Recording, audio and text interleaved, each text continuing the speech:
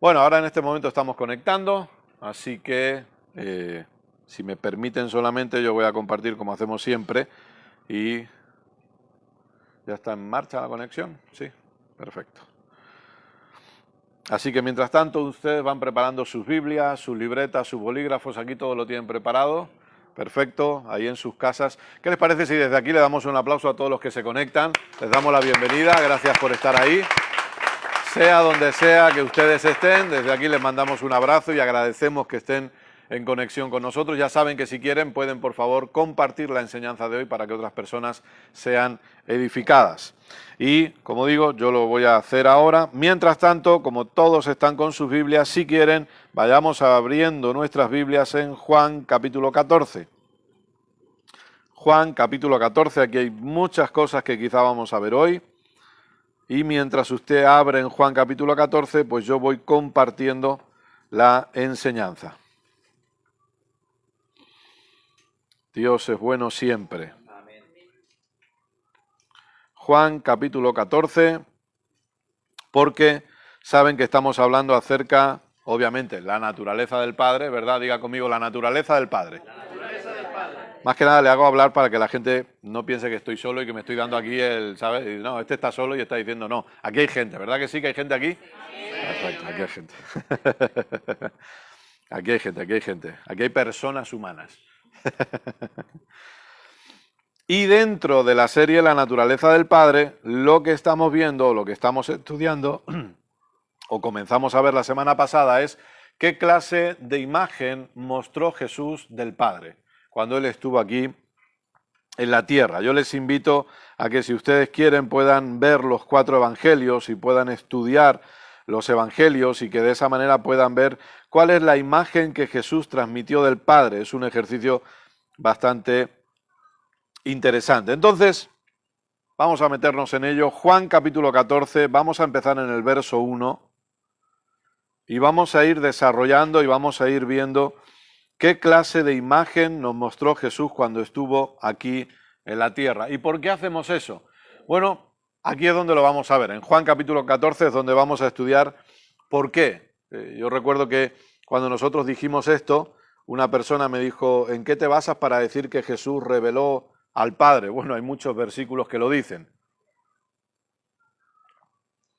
Y de hecho hay muchos versículos que nos hablan acerca de, y los vimos la semana pasada, si ustedes recuerdan, de que Jesús vino a hacer la voluntad del que le envió.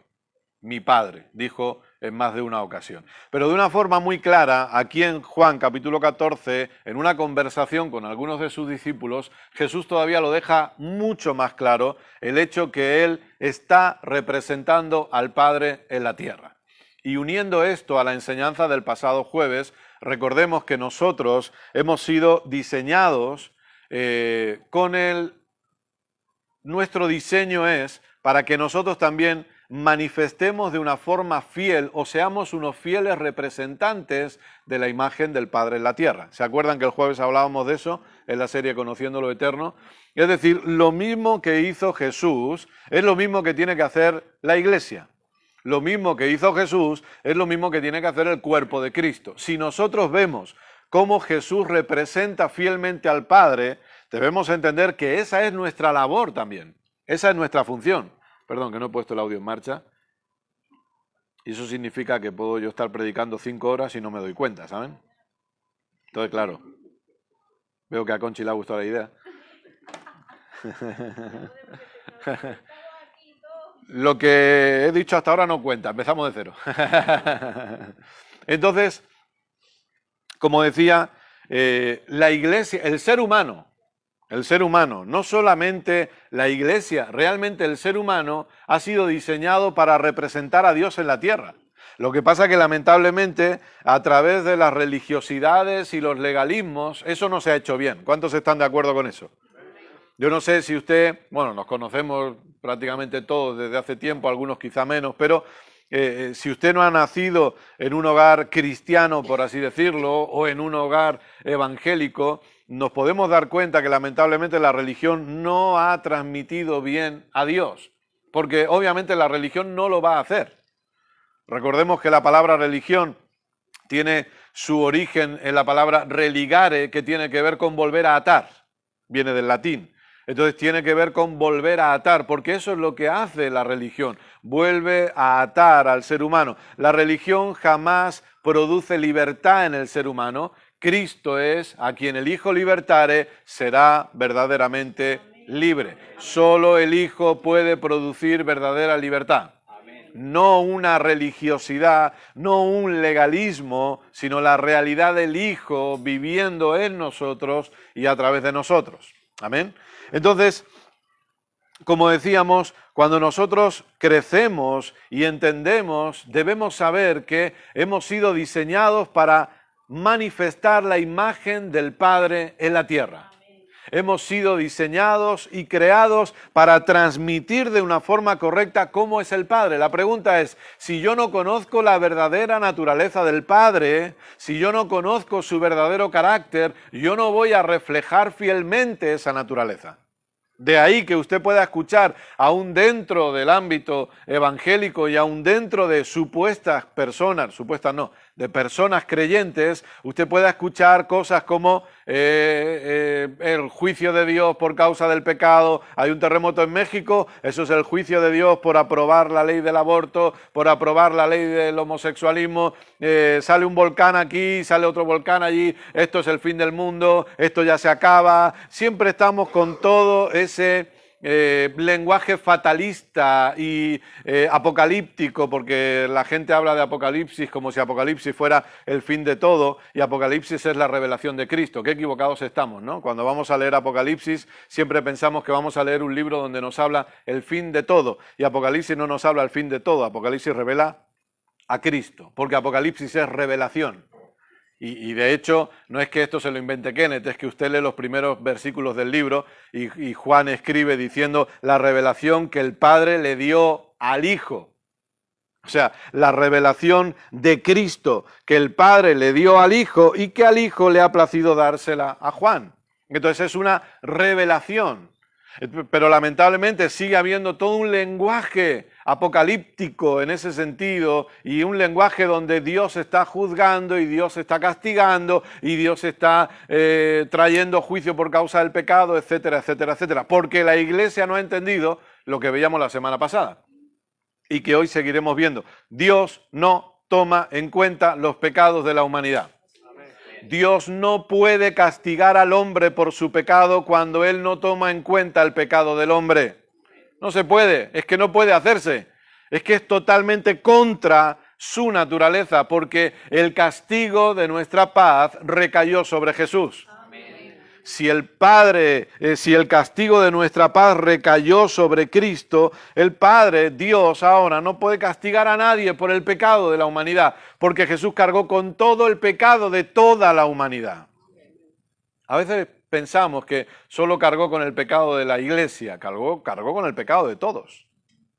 Yo puedo decirle hoy de forma rotunda que Dios no está ni juzgando ni castigando a nadie por causa de su pecado. Nunca lo hace ahora desde Cristo y nunca más lo hará. ¿Por qué? Porque Dios no toma en cuenta el pecado de la humanidad. ¿Quiere verlo de una forma más clara? Para Dios en la humanidad no hay pecado. Ahora ya nos podemos ir todos tranquilitos, las piedras no me pueden hacer ningún tipo de daño. Para los que están ahí no se preocupen, lo he dicho, sí lo he dicho. Para Dios la humanidad no tiene pecado, porque el pecado de la humanidad recayó sobre Jesús. Entonces Dios no puede juzgar o Dios no puede condenar a alguien por algo que Él dice, si es que no hay esto. No lo hay, porque alguien ya pagó el precio por eso. Ahora alguien puede decir, bueno, ¿y entonces qué pasa con los que se pierden? Los que se pierden deciden por su propia voluntad no aceptar el regalo que se les está ofreciendo. Pero Dios no le dice, tú te vas al infierno por causa de esto. La única pregunta que se hará en el cielo es, entiéndame, no, esto no digo que sea así porque no tengo escritura para decir lo que será así, ¿no? Una vez que hayamos pasado por Pedro el portero, ¿no? Y haya abierto la puerta. No, la única pregunta que se hará, entre comillas, es, tú estás en Cristo o no estás en Cristo. A mí me da igual si has fornicado, si has adulterado, a mí me da igual eso. Tú estás en Cristo o no estás en Cristo. Ese es el punto. Esa es la clave. Lo demás ya no cuenta. Entonces, venga, va, forniquemos todo lo que queramos, ¿no? Ese es el entendimiento del religioso todavía, ¿no? Que piensa, cuando escucha eso dice, pues estos están dando licencia para pecar, que no sé qué, que no sé cuánto, etc, etc. Y como me he cansado ya de explicar eso tantas veces, pues ya no lo voy a explicar. Si usted quiere fornicar, pues fornique, ya está, no pasa nada, vaya donde quiera, no pasa nada. Si entiende que yo estoy diciendo eso, pues entonces es que tampoco voy a convencerle de nada, por lo tanto, no voy a perder el tiempo. Lo que estamos diciendo es que jamás decimos que el pecado sea bueno. ¿Alguna vez lo hemos dicho eso? Para los que llevan años con nosotros, ¿hemos dicho alguna vez que el pecado es bueno? Nunca el pecado es bueno. Pero el pecado no le afecta para el cielo, el pecado le afecta para la tierra. El pecado no le afecta al Hijo de Dios para su comunión con Dios, el pecado le afecta al Hijo de Dios en la tierra, lamentablemente. Si decide rendirse al pecado o a las acciones de pecado, va a sufrir, pero va a sufrir en la tierra, pero no porque Dios le esté castigando. Ese es el punto. No porque Dios le esté juzgando, sino porque lamentablemente el pecado nunca va a traer nada bueno. Esa es la realidad. Pero como usted y yo hemos muerto al pecado y el pecado ya no forma parte de nosotros, y esa naturaleza de pecado fue totalmente arrancada de nosotros y ahora tenemos una naturaleza de justicia y estamos en Cristo y somos santos, perfectos y justos, vamos a vivir como lo que somos. Y vamos a permitir que sea Cristo el que viva a través de nosotros, porque eso es cristianismo. Cristo en mí, la esperanza de gloria. Amén. Entonces, cuando llegamos a Juan capítulo 14, dice así, fíjese cómo empieza el capítulo. No se turbe vuestro corazón, podríamos decir, no tengáis miedo, ¿no? No tengáis miedo. ¿Creéis en Dios? Creed también en mí. ¿Quién está hablando? Jesús. Recordemos esto, no es suficiente con creer en Dios. La Biblia no dice que si crees en Dios serás salvo. ¿Qué debo hacer para ser salvo? ¿Se acuerdan el carcelero en Filipos? ¿Qué debo hacer para ser salvo? Cree en el Señor Jesucristo y serás salvo tú y tu casa. ¿Cree en quién?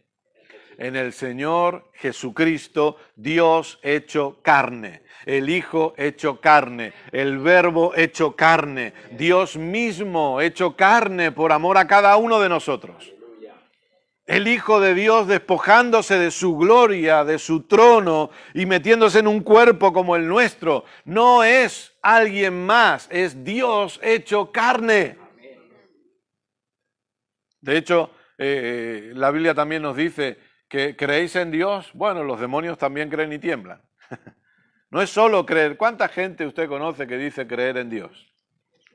No es solo creer en Dios. Jesús dice, no os preocupéis, no tengáis miedo, no se turbe vuestro corazón. ¿Creéis en Dios? Creed también en mí. En la casa de mi Padre muchas moradas hay. Muchos lugares hay. En la casa de mi Padre. Yo sé que muchas veces no se dice, no, porque allí en el cielo está mi casita, está mi mansión, se está preparando mi casa, pero nunca dice, la Biblia no ha dicho nunca eso. No, siempre lo decimos, no, porque tengo mi casa en el cielo. Pero la Biblia no dice eso. La Biblia dice que el Padre tiene su casa y que en su casa hay muchas habitaciones para nosotros, pero no que tenemos una casa. Dice, en la casa de mi Padre hay muchas moradas. Y entonces, si así no fuera, yo os lo hubiera dicho, voy pues a preparar lugar para vosotros. ¿Pero dónde va a preparar lugar? En la casa de su Padre. Y si me fuere y os prepararé lugar, vendré otra vez y os tomaré a mí mismo para que donde yo estoy, vosotros también estéis. Y sabéis a dónde voy y sabéis el camino. Le dijo Tomás, Señor, no sabemos a dónde vas. ¿Cómo pues podemos saber el camino? Y entonces aquí viene esa gran declaración de Jesús, ¿verdad? Yo soy el camino, yo soy la verdad, yo soy la vida y nadie viene al Padre sino por mí. Nadie. Nadie, amados, nadie puede acceder al Padre si no es por medio de Cristo.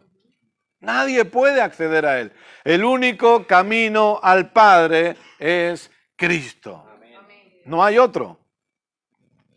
Sí, ahora escuche bien, porque aquí es donde entramos en materia. Si me conocieseis, también a mi Padre conoceríais. Y desde ahora le conocéis y le habéis visto. ¿Cómo que le hemos visto? Jesús dice, si me conocéis, conocéis al Padre. Y desde ahora le conocéis y le habéis visto. Y claro, ahí salta Felipe. O sea, yo sé, ¿no? Yo entiendo, no nos vamos a creer mejores que los discípulos, pero hay algunas cosas que caen por su propio peso, ¿no? Hay algunas cosas que cuando usted las lee dice, ¿puede haber en la tierra alguien tan cortito? Luego usted se mueve por ahí y dice, pues sí que los hay, sí. Pero bueno, es igual. Y algunos acaban siendo presidentes de gobierno y todo, no se preocupe, o sea, no piense, no señalo a ministros y banqueros, ¿no? Y entonces salta Felipe, o sea, vamos a volver a leer la frase de Jesús, por favor. Desde ahora le conocéis y le habéis visto. Y Felipe le dice, Señor, muéstranos al Padre y nos basta. Yo me imagino a Jesús girándose y con el árbol más cerca dándose cabezazo contra el árbol diciendo, no puede ser, no puede ser, no puede ser. Pero Jesús le dice, tanto tiempo hace que estoy con vosotros y no me has conocido, Felipe. El que me ha visto a mí, ha visto al Padre. ¿Cómo pues dices tú, muéstranos al Padre? Yo creo que aquí Jesús lo tiene cogido de la pechera, ya le está diciendo, pero ¿cómo me puedes estar diciendo eso, Felipe? Felipito, ¿qué pasa contigo? ¿No te estás dando cuenta? Te acabo de decir que desde ahora le conocéis y le habéis visto. Y tú lo primero que me dices es, si nos muestras al Padre ya estamos contentos, ya nos vamos contentos a dormir esta noche. Y Jesús dice, pero con el tiempo que llevo entre vosotros, no os habéis dado cuenta, todavía no lo entiendes. El que me ha visto a mí, ha visto al Padre. Si alguien me pregunta, ¿cómo puedes decir que Jesús representó al Padre? Oiga, está aquí escrito, no me lo estoy inventando yo. Aquí Jesús dice, el que me ha visto a mí, ha visto al Padre. ¿Cómo pues me preguntas? ¿No crees que yo soy en el Padre y el Padre en mí? Las palabras que yo os hablo, no las hablo por mi propia cuenta, sino que el Padre que mora en mí, Él hace las obras. Creedme, que yo soy en el Padre y el Padre en mí. De otra manera, creedme por las mismas obras. Si alguien dice, bueno, yo quiero conocer más al Padre, mire a Jesús, mire los evangelios, analice los evangelios. Dejémonos aquí, por favor, de decir, no, que si la teología tal, la teología cual, que es buenísimo estudiar y cuanto más estudiemos mejor y cuanto más profundicemos mejor. Pero esto es muy sencillo, amados. Quiero conocer más al Padre, quiero conocer su naturaleza. Lea los evangelios. Mire cómo actúa Jesús. Mire cómo reacciona Jesús frente a diferentes situaciones. Mire cómo Jesús actúa en medio de diferentes oportunidades. Cómo reacciona frente a los religiosos, cómo reacciona frente a los que los religiosos llaman pecadores, cómo reacciona lo iremos viendo, pero cómo reacciona frente a los enfermos, cómo reacciona en una situación de escasez.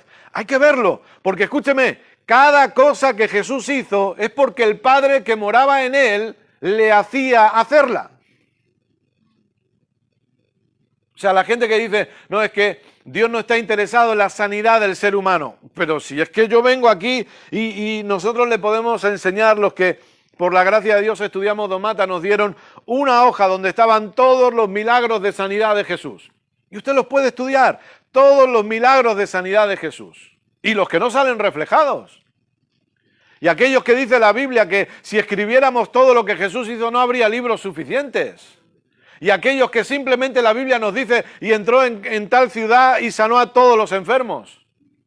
No especifica, tenemos milagros específicos, pero hay otros que son generalistas que dicen, no, fue para allá y sanó a los que estaban por allí. ¿Cómo alguien puede decir que la naturaleza del Padre no es sanidad? Es totalmente ilógico. No tiene ningún peso, ninguna base correcta, porque cuando vemos a Jesús, vemos a un Jesús sanando enfermos. Y aquí Jesús dice, solo hay que quedarse con este pasaje. No, yo estoy en el Padre y el Padre en mí. El que me ha visto a mí, ha visto al Padre. Yo hago lo que el Padre me ha dicho que haga. Y el Padre que mora en mí es el que me hace hacer estas cosas. Y luego, fíjese, de cierto os digo, el que en mí cree, las obras que yo hago, él las hará también. Y aún mayores hará, porque yo voy al Padre. Esa es nuestra parte. Esto es sencillo. Tenemos al Hijo que se hace carne y camina entre nosotros. Y el Hijo está lleno del Padre. Y el Padre que habita en el Hijo es el que lleva al Hijo a hacer las obras que va realizando durante su ministerio en la tierra. Pero hay un momento en el que el Hijo dice, yo voy al Padre. ¿Y qué ocurre? Que el Hijo, cuando va al Padre, decide vivir en cada uno de nosotros. Y ahora es el Hijo a través de nosotros que lleva a cabo las obras del Padre a través de nosotros. Gloria a Dios. Aleluya. Porque la iglesia tiene la capacidad de hacer, Jesús dijo, las mismas obras que yo hago y aún mayores las pueden hacer. Aleluya. Porque yo me iré. Por eso usted tiene los capítulos siguientes donde él empieza a hablar, bueno, los versos siguientes y el capítulo 15 y el 16, donde él habla de la promesa del Espíritu Santo. Y claro, los discípulos no entienden, dicen, no, pero no te vayas. Y Jesús dice, pero es que si no me voy, no vendrá el Consolador, no vendrá el Paracletos, no vendrá el Ayudador. Es necesario que yo me vaya. ¿Por qué? Porque volvemos a lo mismo. Ellos tienen una imagen, lo que hablamos los jueves, una imagen de la temporalidad, una imagen de lo que ven. Y para ellos lo que ven es Jesús y dicen, no, por favor, no te vayas. Jesús tiene una imagen de lo eterno y una imagen de lo espiritual. Y Jesús dice, yo tengo que irme porque ahora soy uno. Pero cuando yo me vaya, el Paracletos vendrá y vivirá y habitará en cada uno de vosotros. Amén. Entonces, en este momento era un hijo, el Hijo de Dios, el primogénito, perdón, el unigénito que se acaba convirtiendo en el primogénito. Uno solo llevando a cabo las obras del Padre. Pero gracias a su sacrificio perfecto y su obra completa, ahora somos millones de hijos en la tierra llevando a cabo las obras del Padre. Amén. Millones de hijos en la tierra manifestando o siendo un fiel reflejo de la voluntad o de la imagen del Padre aquí en la tierra, por causa del Hijo que habita en nosotros. Por eso Pablo decía, Cristo vive en mí. No soy yo, es el Cristo que vive en mí. Es el que habita en mí. Entonces veíamos la semana pasada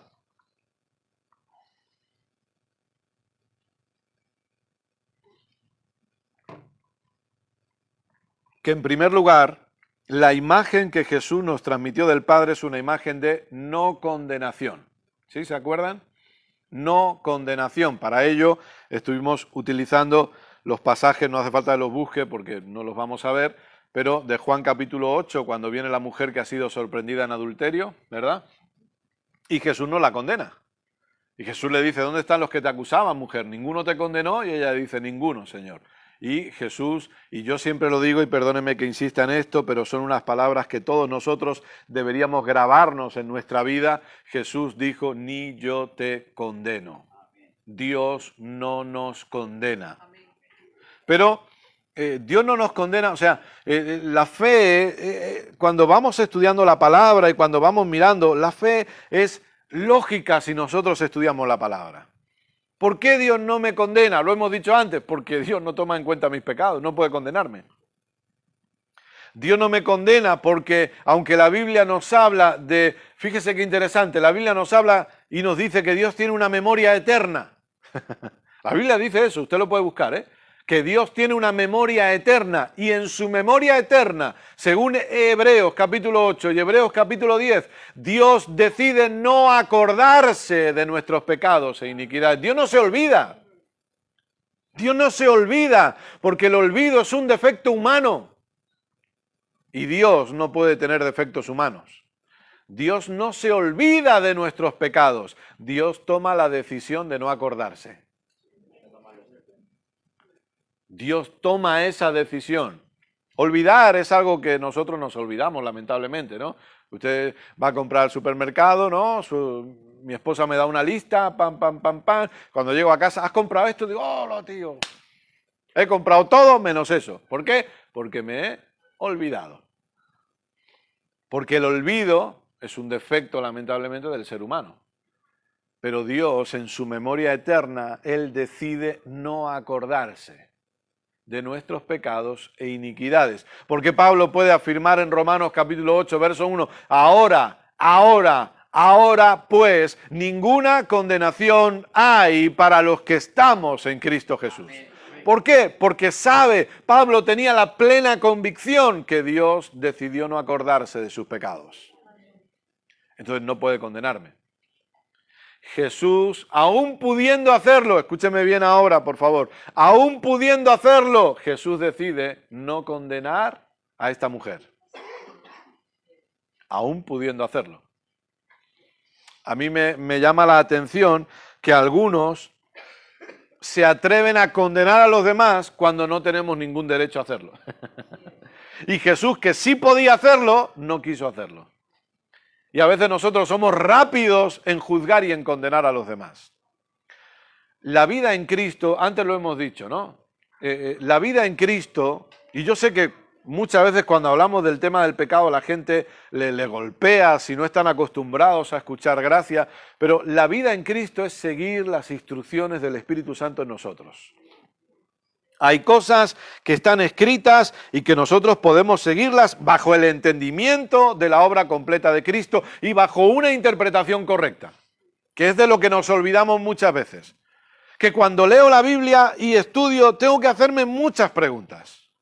No tengo que leerla así nada más y ser el típico reina valerista, que yo amo la Reina Valera y todos los demás han sido diseñadas por el diablo y no sé qué. No, tengo que hacerme muchas preguntas.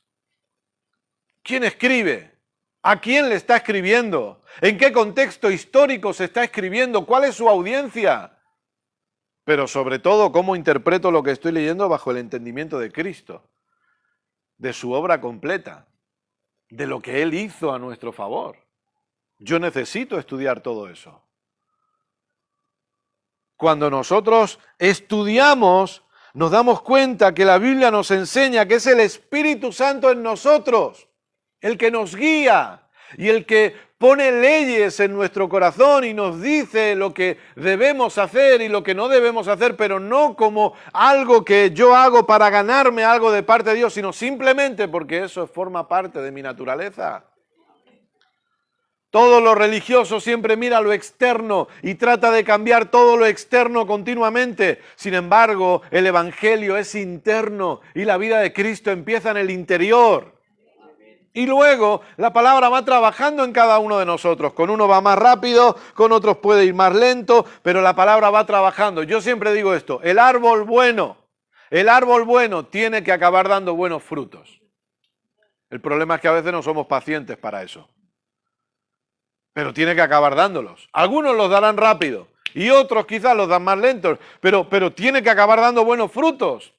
El que está en Cristo tiene que acabar manifestando de alguna manera la vida de Cristo que habita en él o en ella.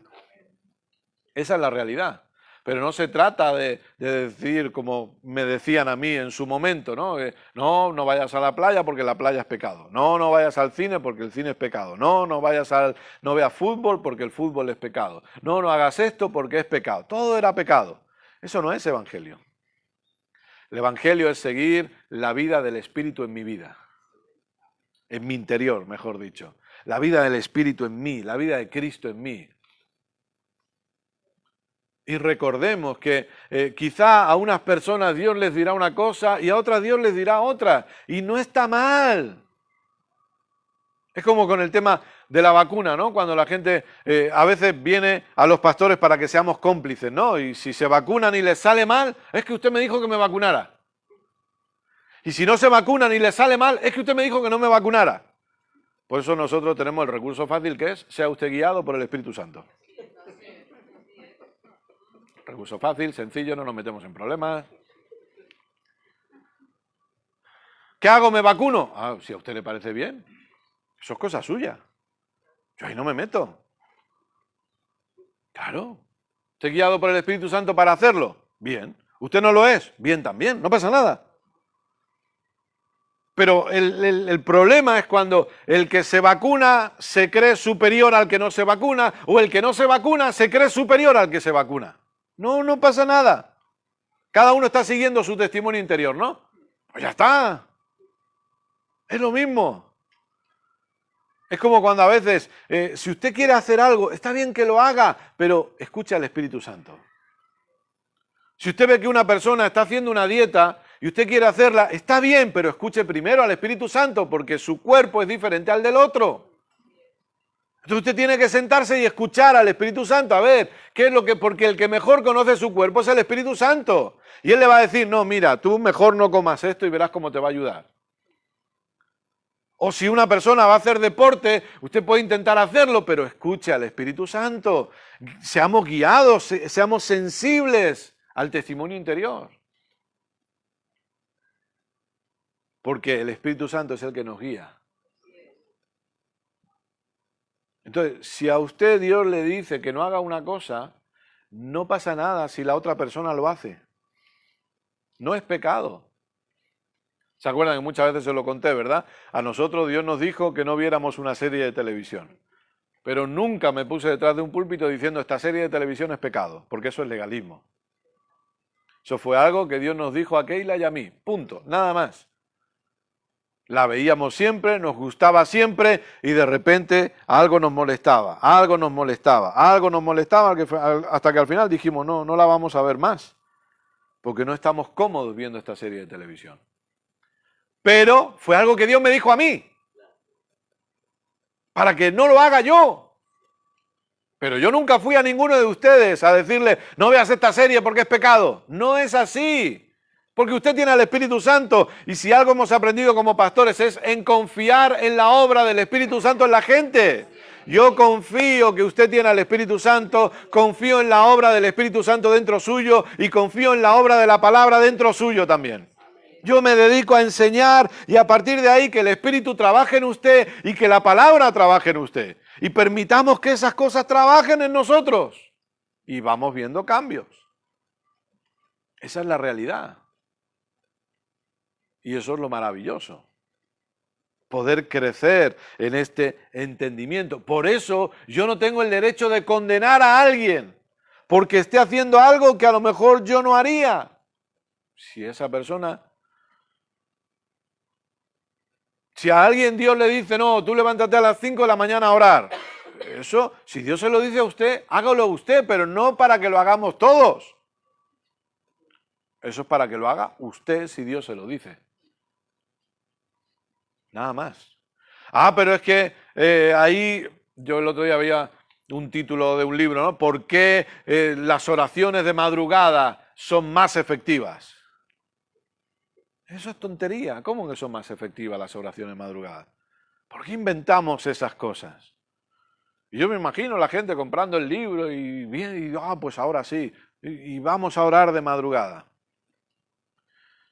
Y la gente piensa, ¿no? Dice, no, pues es que si oramos de madrugada Dios está más tranquilo porque están todos durmiendo. Y dice, ¿y en la otra parte del mundo qué? O sea, ¿qué no hemos estudiado? ¿Qué no... O sea, ¿no sabemos que hay otra parte del mundo que ya están despiertos, que están trabajando y que están molestando a Dios también en ese momento? O sea, bueno, es que son esas cosas que uno dice, vale, de acuerdo, hasta luego. Te piensas es normal que nos extingamos, ¿sí que?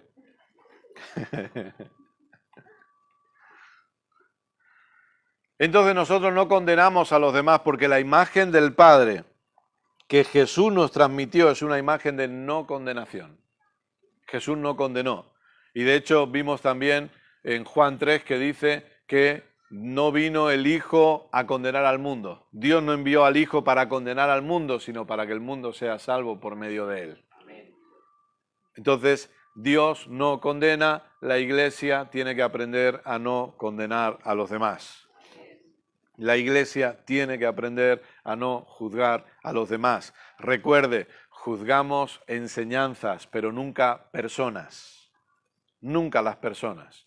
Si juzgamos lo que se enseña, tenemos que aprender a discernir, pero no se juzga a la persona, no se condena a la persona, porque Dios no es un Dios que condene y por lo tanto la Iglesia no debería hacerlo tampoco. Amén. Seguimos. La imagen que Jesús vino a transmitirnos es una imagen de un Padre que quiere la salvación de todo el mundo.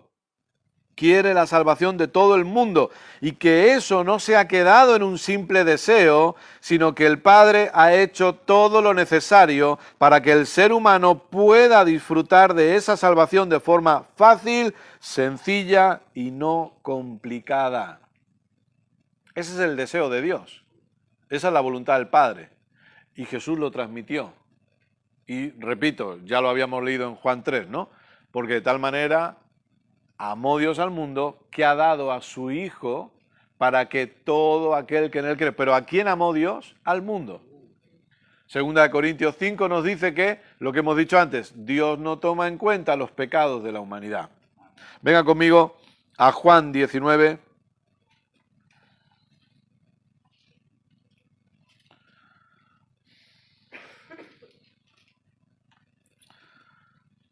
Versos muy conocidos.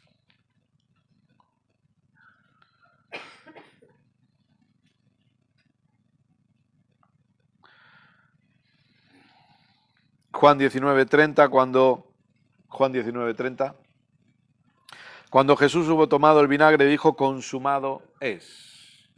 Y habiendo inclinado la cabeza, entregó el Espíritu. ¿Qué significa ese consumado es? La obra que el Padre le había encomendado a Jesús, Él ya la había llevado a cabo. ¿Cuál era esa obra? Traer salvación a toda la humanidad. Por favor, entendamos, yo sé que usted lo sabe, pero entendamos que cuando hablamos de salvación no estamos hablando de acceso al cielo. ¿Sí? Cuando hablamos de salvación no hablamos de acceso al cielo, hablamos de unión con el Padre. Hablamos de ser uno con el Padre, ser libres del pecado original y de todas sus consecuencias. Esa es la palabra salvación, que es la palabra sozo o sotería. Y, repito, la definición es ser libre del pecado original y de todas sus consecuencias. ¿Qué es lo que produjo el pecado original? Una desunión con el Padre. ¿Qué es lo que ha producido la vida de Cristo? Una unión al Padre. Hemos sido vueltos a unir con el Padre, somos uno con el Padre. Eso es salvación. ¿Y cuál es el deseo del Padre que Jesús mostró cuando estuvo aquí en la tierra? Que todos puedan ser uno con el Padre.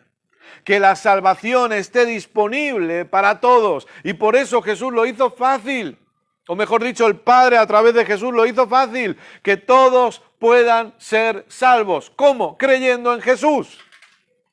Reconociendo el señorío de Cristo sobre sus vidas, reconociendo a Jesús como el Señor. La salvación no depende de mi comportamiento, de mis acciones, la salvación depende de la fe en Cristo. Algo que se supone que es fácil, algo que se supone que es sencillo y que a algunos se les complica tanto. Pero el Padre manifestó una naturaleza a través de Jesús donde Él quiere que todos sean salvos. Mire, acompáñeme usted conoce bien, obviamente. Un momentito. Gloria a Dios. Efesios capítulo 2.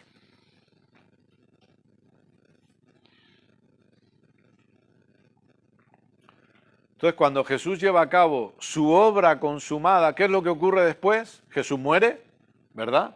Es sepultado, ¿y qué ocurre? Y resucita. ¿Quién resucitó a Jesús? El Padre quedó satisfecho con la ofrenda perfecta del Hijo. esa sangre tenía que ser examinada, tenía que ser analizada y el Padre tenía que quedar satisfecho. Y por eso Romanos nos dice que Jesús murió por nuestras transgresiones, pero fue resucitado para nuestra justificación. Entender la resurrección del Hijo es entender que el Padre quedó satisfecho y Él resucitó al Hijo. ¿Para qué? Para que por medio de Él todos seamos salvos. Por eso Efesios capítulo 2, verso 8 dice, porque por gracia sois salvos por medio de la fe. Y esto no de vosotros, pues es un don de Dios, es un regalo de Dios, no por obras para que nadie se gloríe. ¿Cómo somos salvos? Por gracia, por medio de la fe. La pregunta ¿es algo complicado esto? ¿Es difícil ser salvo? No es difícil ser salvo. Es por gracia, por medio de la fe. Hay que creer en Cristo. Hay que reconocer su señorío. Y ya está. A partir de ahí tenemos el privilegio de volver a ser uno con el Padre. Tenemos el privilegio de tener la vida de Cristo en nosotros. Y tenemos el privilegio de poder servir aquí en la tierra al propósito eterno de Dios. Extendiendo su reino. ¿Estamos bien?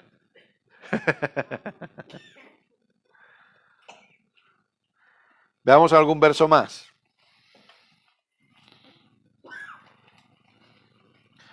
Segunda de Pedro, capítulo 3, verso 9.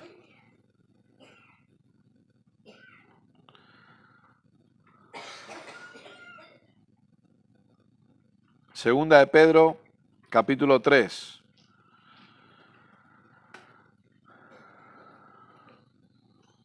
Dios es bueno siempre.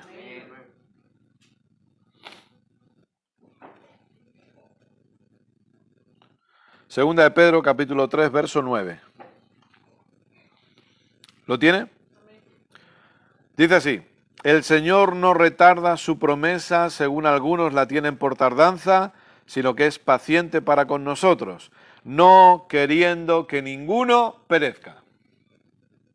No queriendo que ninguno perezca, sino que todos, ¿cuántos?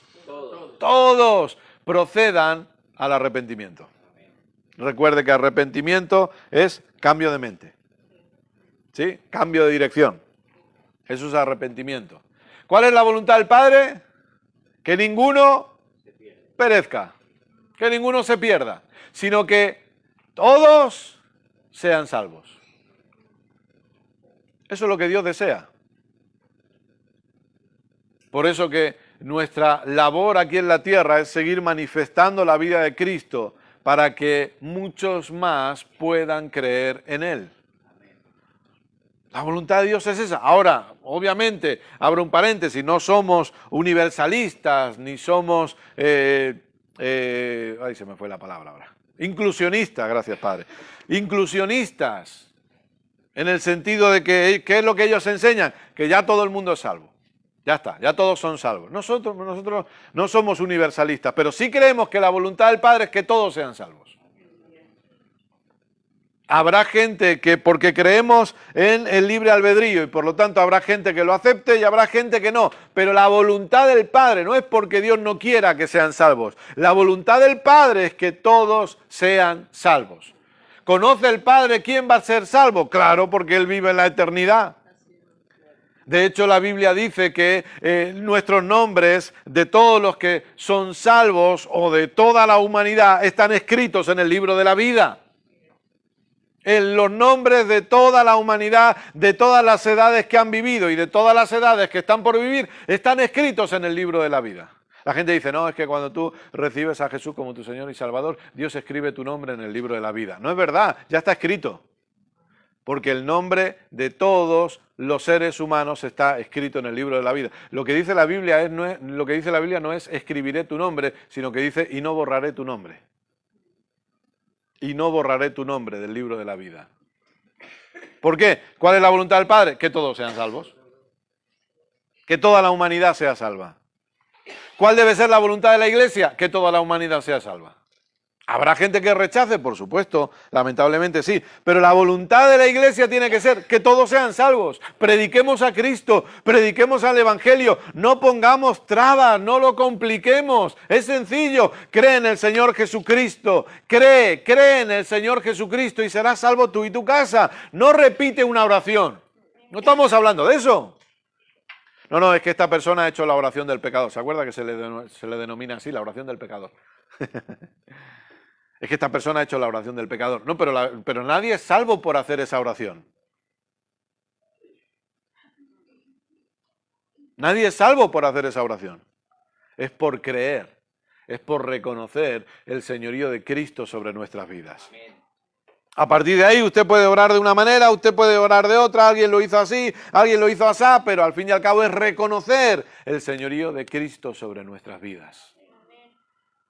Hay gente que lo ha hecho en una habitación de hotel, viendo a Billy Graham por la televisión. Hay gente que lo ha hecho en una campaña evangelística, como en mi caso con Carlos Anacondia. Hay gente que lo ha hecho con un folleto, se iba a suicidar y de repente aparece un folleto en sus manos donde pone Jesús te ama, eres importante para Él, esto, y la persona ya no se suicida y reconoce el señorío de Cristo. Al fin y al cabo es reconocer el señorío de Cristo sobre nosotros. La voluntad del Padre es que todos sean salvos. Por eso yo personalmente, en base a lo que veo también en la Escritura, pero personalmente yo soy de los que creen que habrá mucha más gente de la que nosotros pensamos en el cielo. Y que nos llevaremos muchas sorpresas. Muchísimas sorpresas. Algunos dirán, ¿tú estás aquí? ¿En serio estás aquí tú? ¿Te han dejado entrar? ¿No te habrás colado por otro sitio? ¿Por dónde has entrado tú? Por la puerta no, Pedro no te ha podido dejar entrar a ti, no es normal eso. Está toda esa gente, ¿no?, que dicen que han ido al infierno, ¿verdad? ¿Se ha escuchado testimonios de eso, no? Gente que dice, no, pues estuvieron en el infierno y vieron a tal, vieron a cual. Es mentira, ¿qué van a ver? Es mentira totalmente. ¿Qué van a ver? No ven a nadie. ¿Qué propósito tiene Dios de enseñarle a alguien quién hay en el infierno? No tiene sentido ninguno.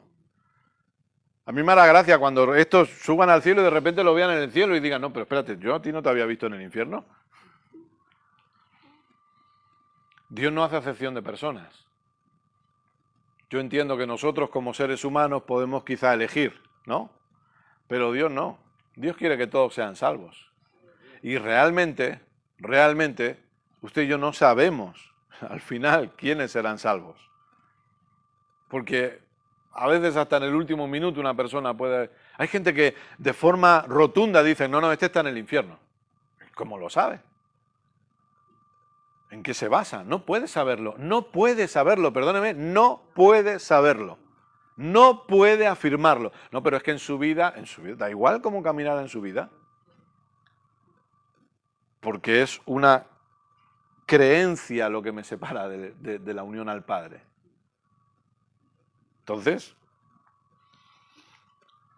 sigamos leyendo.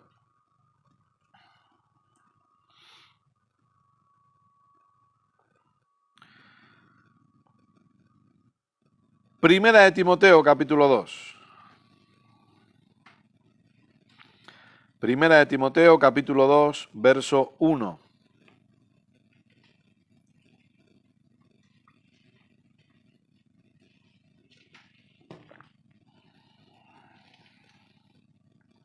¿Vamos bien?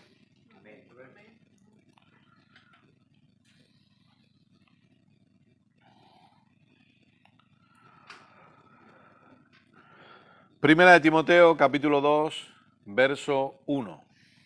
Dice así, del 1 al 6 vamos a leer. Exhorto ante todo a que se hagan rogativas, oraciones, peticiones y acciones de gracias por todos los hombres, por los reyes y por todos los que están en eminencia, para que vivamos quieta y reposadamente en toda piedad y honestidad. Porque esto es bueno y agradable delante de Dios nuestro Salvador, el cual quiere que todos los hombres sean salvos y vengan al conocimiento de la verdad. Fíjese. Aquí hay dos partes de lo que Dios quiere, eso lo veremos más adelante. Dios quiere que todos sean salvos pero también quiere que vengan al conocimiento, que no sean ignorantes de la verdad, sino que vengan al conocimiento de la verdad.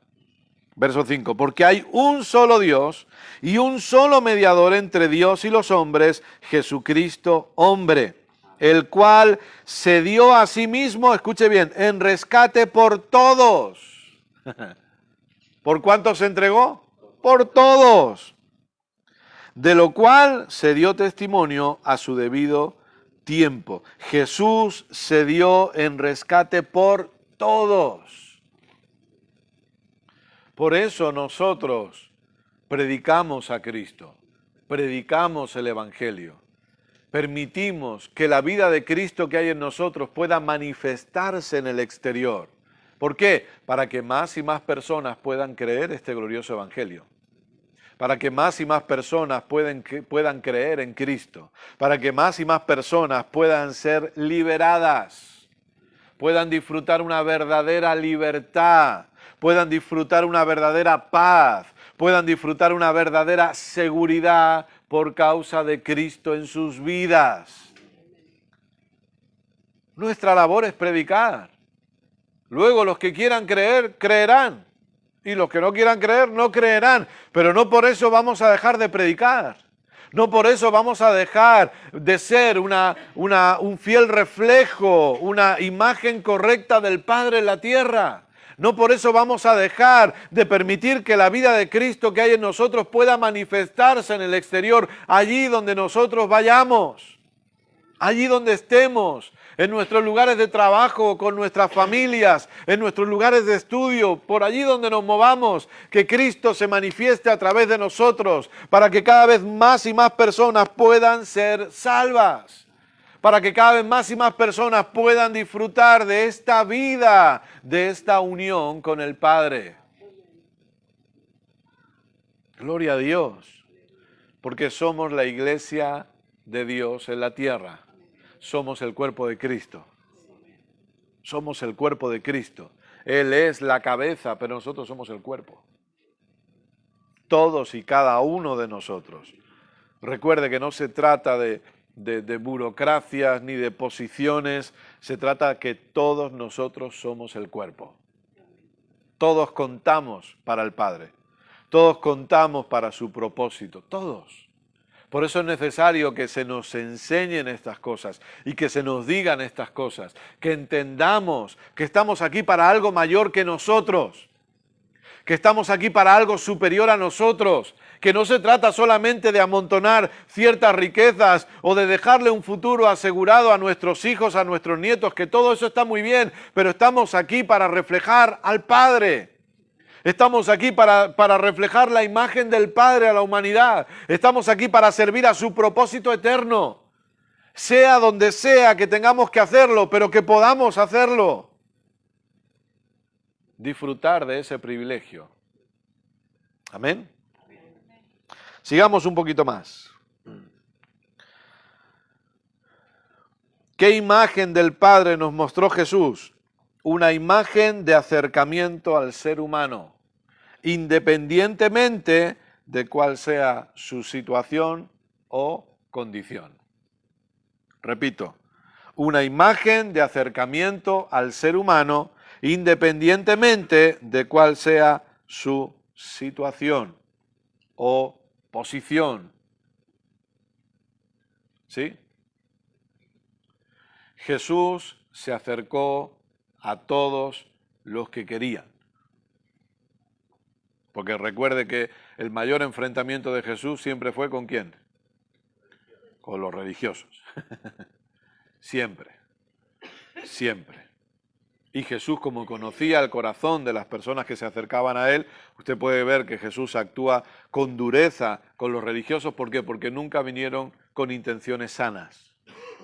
Nunca vinieron con intenciones correctas. Siempre vinieron para dañarle, para dañar su imagen, para dañar la imagen del Padre. Siempre vinieron con esa intención para ridiculizarle.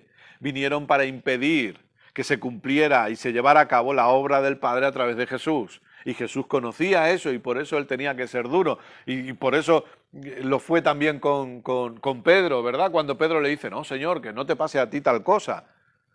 Y Jesús que le dice, apártate de mí, Satanás. O sea, Jesús tenía claro que había venido a hacer la obra del Padre y todo aquello que le impidiera llevar a cabo esa obra, él iba a ser duro, él iba a ser radical en ese asunto. Él no iba a jugar ni iba a andar con medias tintas, no, yo estoy aquí para hacer esto y nadie me lo va a impedir. Y eso Jesús lo tenía claro, pero con el resto de personas, Jesús siempre se acercó a ellos. Siempre. Siempre. No anduvo manteniendo distancias. Venga conmigo, por ejemplo, a Lucas capítulo 19, por favor. Vamos a ver algunos que nos dé tiempo hoy. Con el favor de Dios seguimos la próxima semana. Lucas capítulo 19, verso 1.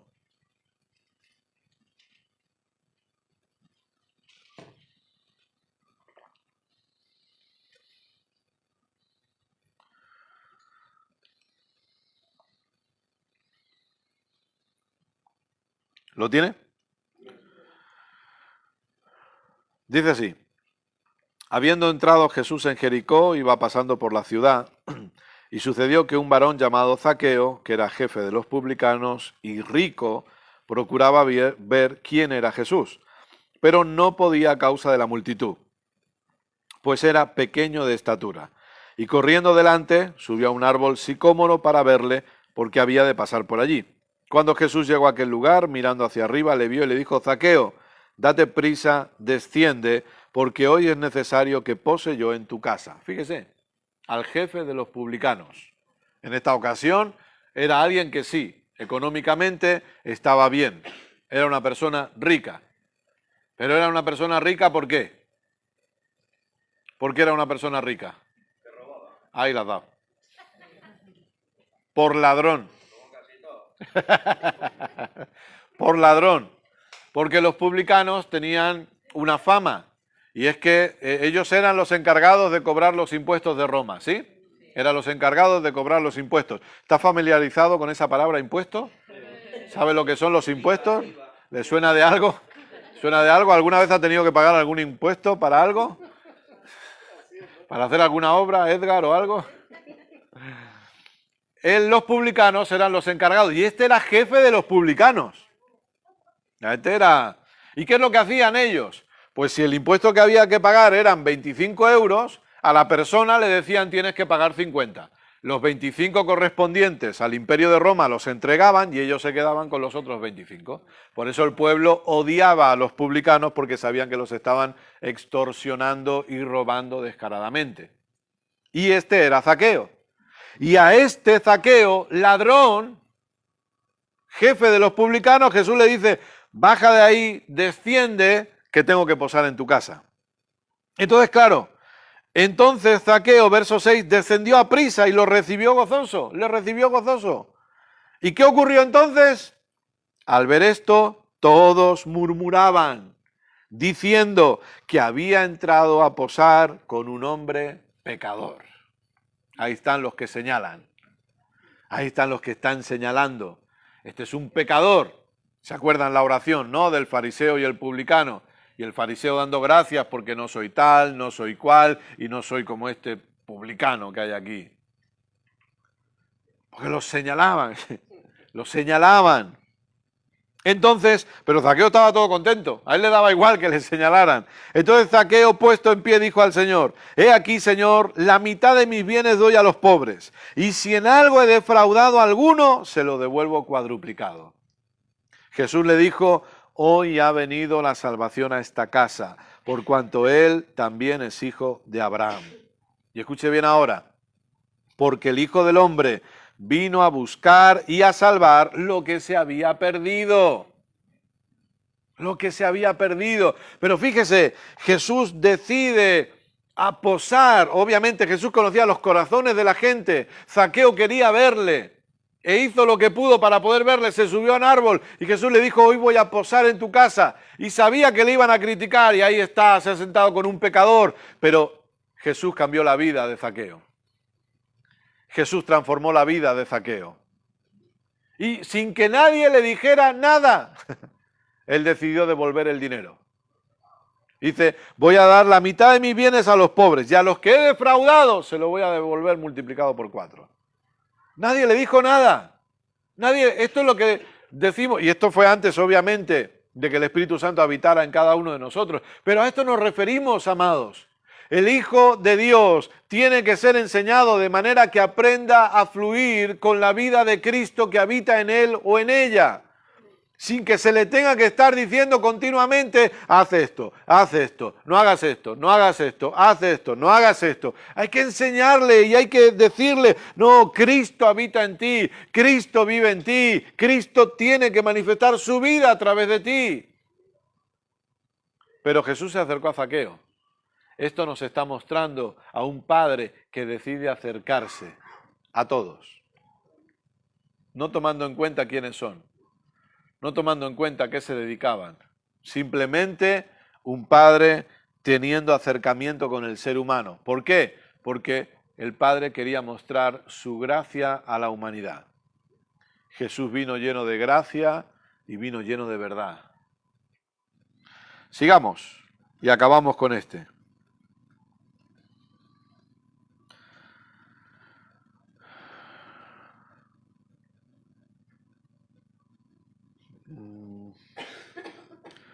Lucas 7:34, es que me dejo uno para la semana que viene porque si no, nos va a tomar mucho tiempo.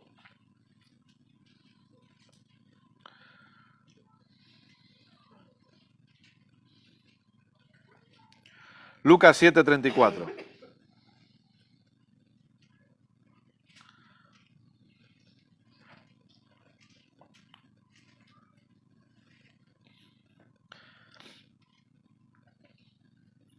Vino el Hijo del Hombre que come y bebe y decís, este es un hombre comilón y bebedor de vino, amigo de publicanos y pecadores.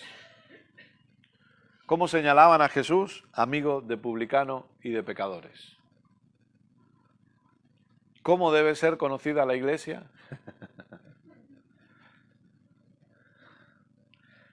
¿Qué es la norma que nos han dado siempre? No te contamines con el mundo. No te juntes con estos, no te juntes con aquellos. Pero Jesús reveló a un Padre que quiere acercarse a la humanidad. Y la iglesia tiene que ser una iglesia que esté en medio de la humanidad. La iglesia no fue diseñada para estar aislada. La iglesia no fue diseñada para estar, por eso decimos que esto no es una iglesia, sino que usted y yo formamos parte de la iglesia. Nosotros somos parte de la iglesia. La iglesia nunca ha sido un local. La iglesia nunca ha sido un edificio, por muy bonito que sea.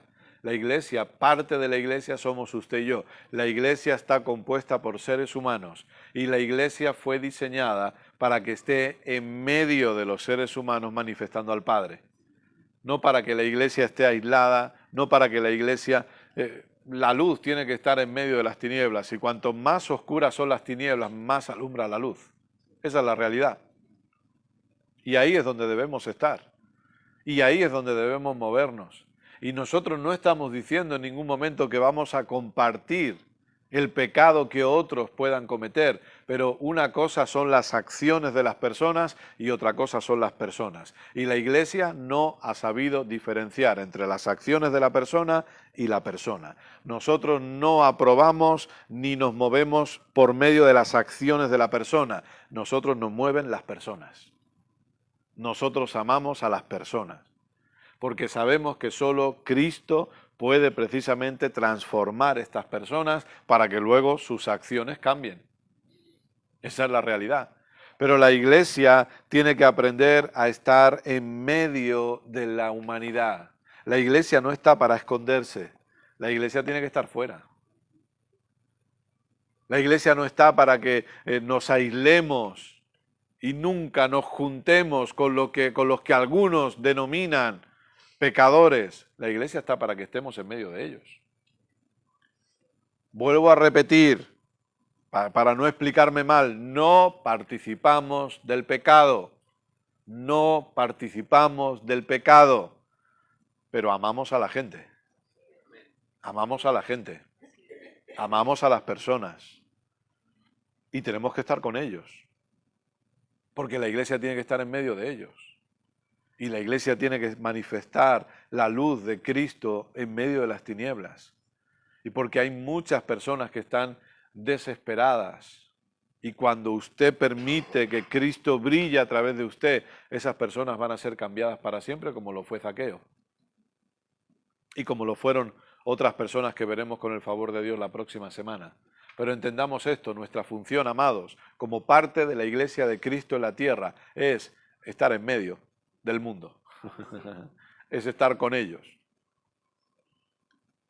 No es aislarnos, no, que no nos vean como los raros, ¿no?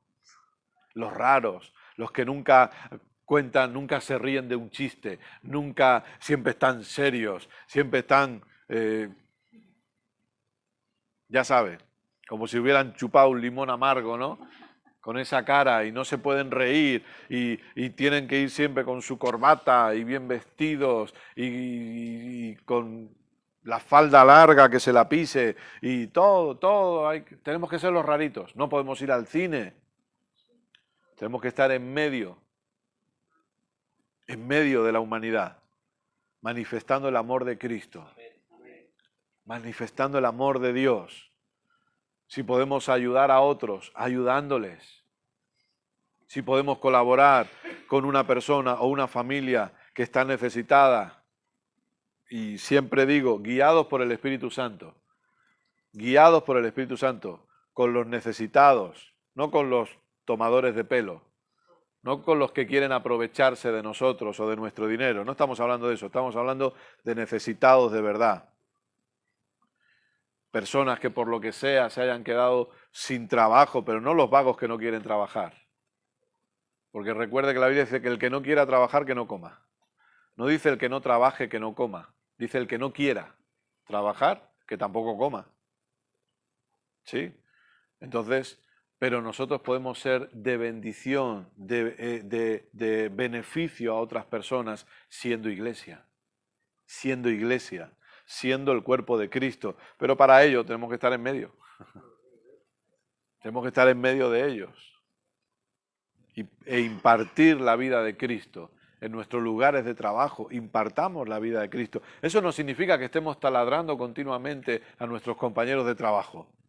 No significa eso, pero que aprovechemos las oportunidades para predicar a Cristo, para hablarles de Cristo.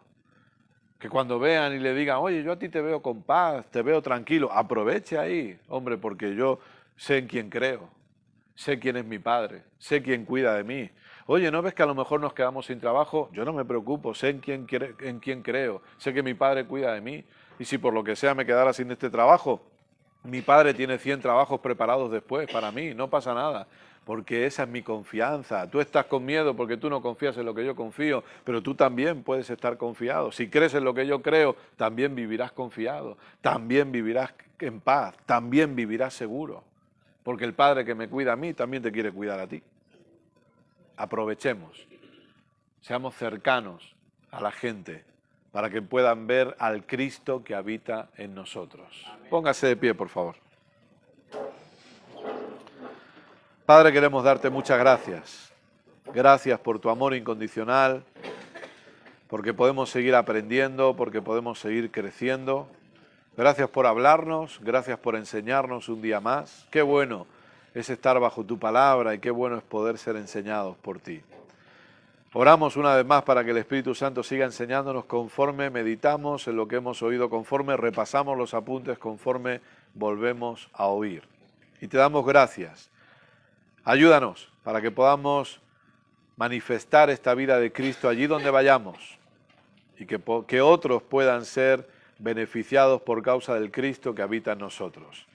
Gracias, papá. A ti sea la gloria. Amén. Y amén. Diga conmigo un fuerte amén. Amén. Aleluya, gloria a Dios. Dios es bueno siempre. Amén. Muy bien. Hasta luego, familia. Cuidaos. Gracias por venir. Un abrazo a todos también los que están conectados. Gracias por haberse conectado. Gracias por estar ahí. Les amamos mucho. Ya saben, si quieren, el jueves volveremos a estar aquí a las 19 horas. Compartan, visiten el canal de YouTube, suscríbanse y nos vemos muy pronto. Les amamos. Desde aquí les mandamos un fuerte abrazo. Gracias a todos.